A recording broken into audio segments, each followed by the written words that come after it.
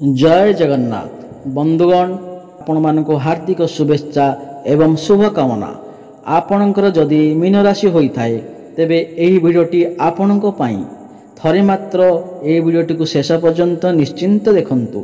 Mean राशि व्यक्ति विशेषक जीवन बदलवा जाऊँगी कारण ग्रह नक्षत्र मानकर चलन रे गोटे बहुत बड़ परिवर्तन होगा जाऊँगी जहाद्वारा एमानकर जीवन रे चली समस्त दुख कष्ट एवं समस्यार अंत होगा जाऊँगी एवं पुणी थरे खुशी फेरवा जाऊँगी। देखंतु बुध शुक्र एवं सूर्यंकर राशि परिवर्तन होगा जाऊँगी जहाद्वारा आपणकर जीवन रे किछि बड़ होगा जाऊँगी। आपणकर जीवन रे चली समस्त दुख कष्टर अंत होगा जाऊँगी। पुनर्बार आपणकर जीवन रे खुशी फेरवा जाऊँगी। तेबे आसंतु जानिबा आपणक जीवन रे कौन सब बड़ परिवर्तन हेबार अछि।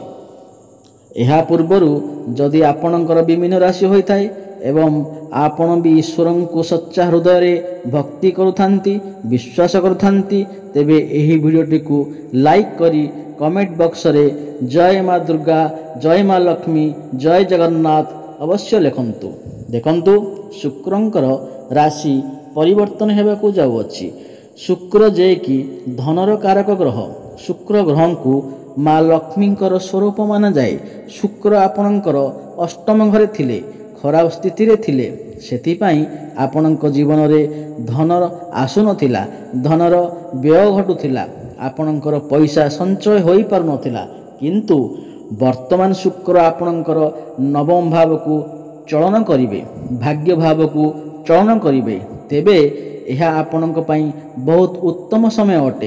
भाग्यर सपोर्ट आपणक प्राप्ति हेब समस्त दिगरु भाग्य आपणक साथ देव भाग्य बल रे आपण समस्त कार्य रे उन्नति करिवे कम परिश्रम रे आपण बहुत अधिक सफलता लाभ करिवे एवं यह सहित बृहस्पति मध्य आपणकर तृतीय भाव रे बसी भाग्य भाव को देखिवे शुक्र को देखिवे भाग्य आपणकर बहुत भल अछि। आपण एही किछि बड़ कार्यर आरंभ करि पारंती किंबा कोनोसी बड़ इन्वेस्टमेंट करि पारंती कोनोसी बड़ डिसीजन मध्य नै पारंती। आपणक गृह रे शुभ मांगलिक कार्य रे आयोजन मध्य होई पारे।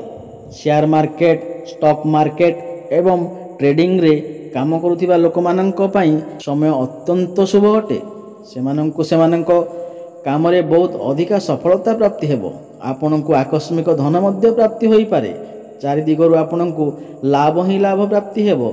एही समय रे आपण धार्मिक यात्रा मध्य करि पारंती धार्मिक यात्रार सुख आपणको प्राप्ति हेबो। आपणकर मन धर्म आड़ को अग्रसर होई पारे। सामाजिक कल्याण काम रे आपण मन देई पारंती।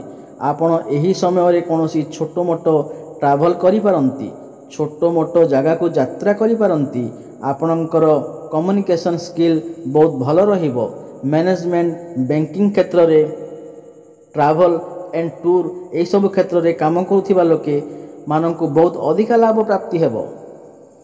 ऑनलाइन क्षेत्र रे डिजिटल क्षेत्र रे काम करुथिबा लोक माननकु बहुत अधिक सफलता प्राप्ति हेबो। एही समय रे आपणक भितरु ज्ञान बढ़िबो बुद्धि बढ़िबो समाज रे आपणकु मान सम्मान प्राप्ति हेबो मान प्रतिष्ठा प्राप्ति हेबो। आपण किछि एमिति करी देखाई पारंती जहा द्वारा लोक माने आपणकु प्रशंसा करि पारंती। देखंतु बृहस्पति आपणकर सप्तम भाव को देखुचंती नवम भाव को देखुचंती एवं आपणकर एकादश भाव को मध्य देखुचंती एवं बृहस्पति बक्री हेबाकू जाउछंती तो आपणकर वैवाहिक जीवन रे जहाँ भी किछि समस्या चलीथिला सेथिरे सुधार आसीबो। वैवाहिक जीवन रे पुणी थरे खुशी फेरी आसीबो। आपण कौनसी बड़ डिसीजन नहीं पारंती। आपणकर लाइफ पार्टनर कैरियर रे मध्य ग्रोथ आसी पारे काहेकि ना बुध एवं सूर्य बुधादित्य राजयोग आपणकर सप्तम भाव रे बनुअछि। आपणकर लाइफ पार्टनर कैरियर रे मध्य ग्रोथ आसी पारे फाइनेंशियल ग्रोथ होई पारे। आपणकर डेली इनकम रे मध्य वृद्धि आसी पारे एवं जो माने भी संतानर कामना रखुथिले तो सेमानको मध्य संतान सुख प्राप्ति होई पारे एवं जो माने विवाहर अपेक्षा थिले विवाह होई पार नथिला ତ ସେମାନଙ୍କ ଘରକୁ ବିବାହ ପ୍ରସ୍ତାବ ଆସିପାରେ, ସେମାନଙ୍କ ବିବାହ ମଧ୍ୟ ଫାଇନାଲ ବି ହୋଇପାରେ। ଆପଣଙ୍କ ବେପାର ବାଣିଜ୍ୟ ପାଇଁ ମଧ୍ୟ ସମୟ ଅତ୍ୟନ୍ତ ଶୁଭ ଅଟେ। ବେପାରରେ ଉନ୍ନତି ଆସିପାରେ। ବେପାରର କାରକ ଗ୍ରହ ବୁଧ ଆପଣଙ୍କ ସପ୍ତମ ଭାବରେ ଅଛନ୍ତି, ତ ଆପଣଙ୍କୁ ଆପଣଙ୍କ ବେପାର କ୍ଷେତ୍ରରେ ବହୁତ ଅଧିକା ଉନ୍ନତି କରିବେ। ଆପଣ କୌଣସି ନୂତନ ବେପାର ମଧ୍ୟ ଆରମ୍ଭ କରିପାରନ୍ତି। ଆପଣ ପଇସା କିଛି ସଞ୍ଚୟ କରିପାରିବେ। ରୋଜଗାର କରିବାର ନୂତନ ମାର୍ଗ ଆପଣଙ୍କୁ ପ୍ରାପ୍ତି ହେବ। ଆପଣଙ୍କର ବେପାର ବାଣିଜ୍ୟ କ୍ଷେତ୍ରରେ ଗ୍ରାହକ ବଢ଼ିବେ। ଆପଣଙ୍କର ଡେଲି ଇନକମ୍ରେ ବୃଦ୍ଧି ଆସିବ।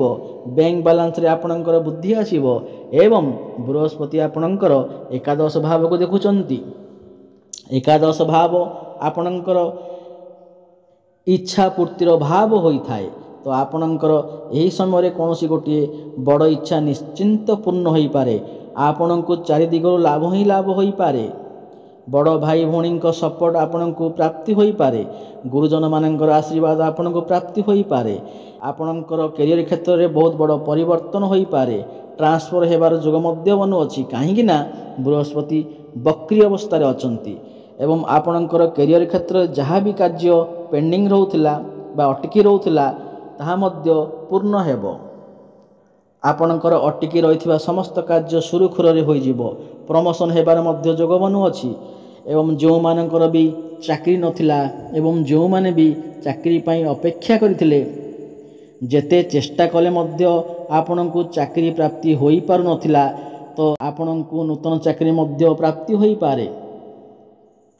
ଆପଣଙ୍କର ଯାହା ବି କିଛି ମନୋକାମନା ଅଛି ତାହା ନିଶ୍ଚିନ୍ତ ଭାବରେ ପୂର୍ଣ୍ଣ ହେବ। ଉପର ଅଫିସରଙ୍କ ସପୋର୍ଟ ଆପଣଙ୍କୁ ପ୍ରାପ୍ତି ହେବ।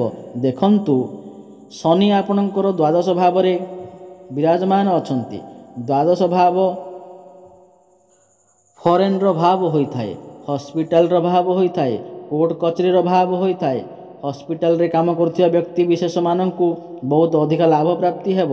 ବିଦେଶ ଯାତ୍ରା କରିବାର ସୁଖ ମଧ୍ୟ ଆପଣଙ୍କୁ ପ୍ରାପ୍ତି ହେବ। ଆପଣ ଆପଣଙ୍କର କାମ କାର୍ଯ୍ୟକୁ ନେଇ ବିଦେଶ ଯାତ୍ରା ମଧ୍ୟ କରିପାରନ୍ତି।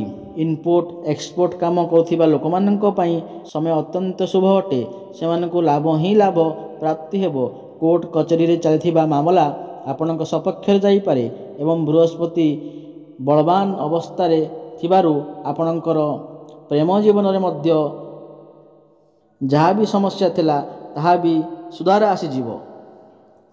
ଆପଣ ଦୁଇ ଜଣଙ୍କ ମଧ୍ୟରେ ଭଲ ପାଇବା ବଢ଼ିବ, କାରଣ ଭଲ ପାଇବାର କାରକ ଗ୍ରହ ଶୁକ୍ର ଆପଣଙ୍କର ଭାଗ୍ୟ ଭାବକୁ ଚଳନ କରିବେ। ତ ଆପଣଙ୍କର ପ୍ରେମ ଜୀବନ ପାଇଁ ଅତ୍ୟନ୍ତ ଶୁଭ ଅଟେ। ଆପଣ ଦୁଇ ଜଣ ମିଶି କିଛି ବଡ଼ ଡିସିସନ୍ ନେଇପାରନ୍ତି। ଆପଣଙ୍କର ଭଲ ପାଇବା ବିବାହର ରୂପ ମଧ୍ୟ ନେଇପାରେ। ଆପଣ ଦୁଇ ଜଣଙ୍କ ମଧ୍ୟରେ ତାଳମେଳ ଭଲ ରହିବ ଏବଂ ଯେଉଁମାନଙ୍କର ବି କଥାବାର୍ତ୍ତା ବନ୍ଦ ହୋଇଯାଉଥିଲା, ବ୍ରେକଅପ୍ ଆଦି ହୋଇଯାଉଥିଲା, ସେମାନଙ୍କର ପୁଣି ଥରେ କଥାବାର୍ତ୍ତା ହୋଇପାରେ। ଶିକ୍ଷା କ୍ଷେତ୍ରରେ ଆପଣ ବହୁତ ଅଧିକା ଉନ୍ନତି କରିବେ। ଆପଣ କୌଣସି ଉଚ୍ଚଶିକ୍ଷା ପାଇଁ ବାହାରକୁ ଯାଇପାରନ୍ତି। କୌଣସି ନୂତନ ସ୍ଥାନରେ ଆଡ଼ମିସନ୍ ନେଇପାରନ୍ତି। ପାଠପଢ଼ା କ୍ଷେତ୍ରରେ ଆପଣ ବହୁତ ଅଧିକାରୁ ଉନ୍ନତି କରିବେ। ଆପଣଙ୍କର ମନ ଭିତରେ ଯାହା ବି କିଛି ସମସ୍ୟା ଥିଲା ତାହା ପୂରଣ ହେବ। ପାଠପଢ଼ାରେ ପୂର୍ବରୁ ଯଦି କିଛି ସମସ୍ୟା ଲାଗି ରହିଥିଲା ତ ତାହା ଏବେ ଆପଣଙ୍କ ଭିତରେ କନଫିଡେନ୍ସ ବଢ଼ିବ, ଟ୍ୟାଲେଣ୍ଟ ବଢ଼ିବ। ଜ୍ଞାନ ଏବଂ ବୁଦ୍ଧି ବଳରେ ଆପଣ ଆପଣଙ୍କର ପାଠପଢ଼ା କ୍ଷେତ୍ରରେ ବହୁତ ଅଧିକା ଉନ୍ନତି କରିବେ। ଆପଣଙ୍କ ଯଦି କିଛି ଏକ୍ଜାମ୍ ଅଛି ସେଥିରେ ଆପଣ ନିଶ୍ଚିନ୍ତ ଭାବରେ ସଫଳତା ଲାଭ କରିବେ।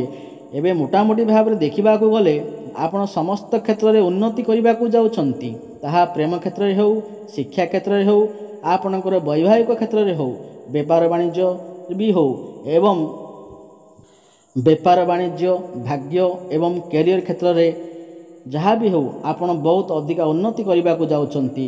ଅଧିକା ଶୁଭଫଳ ପ୍ରାପ୍ତି କରିବା ପାଇଁ ଆପଣ ଯାଉଛନ୍ତି। ପ୍ରଭୁ ଜଗନ୍ନାଥଙ୍କ ଆରାଧନା କରନ୍ତୁ ଏବଂ ପ୍ରତ୍ୟେକ ଗୁରୁବାର ଦିନ କଦଳୀ ଗଛ ମୂଳରେ ହଳଦୀ ପାଣି ଅର୍ପଣ କରନ୍ତୁ ଏବଂ ମଥାରେ ତିଳକ ଚନ୍ଦନ ଧାରଣ କରନ୍ତୁ। ଶୁଭଫଳ ପ୍ରାପ୍ତି ହେବ।